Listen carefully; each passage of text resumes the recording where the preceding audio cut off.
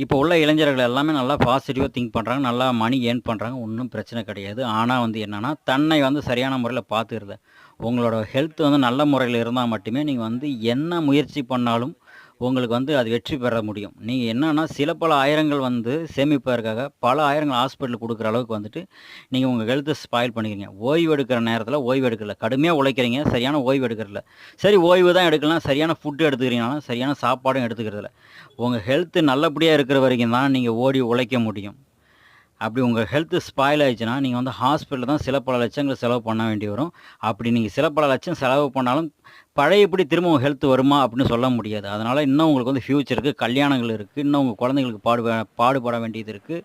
இன்னும் நெறையா அச்சீவ்மெண்ட் நீங்க வந்து பண்ண வேண்டியது இருக்கு. அதனால வந்து நீங்க ஹெல்த்த வந்து நல்லபடியா பார்த்துக்கங்க. நல்லா சாப்பிடுங்க. ஆரோக்கியமா இருங்க. சாப்பாடு விஷயத்துல கஞ்சத்தனம் காட்டாதீங்க.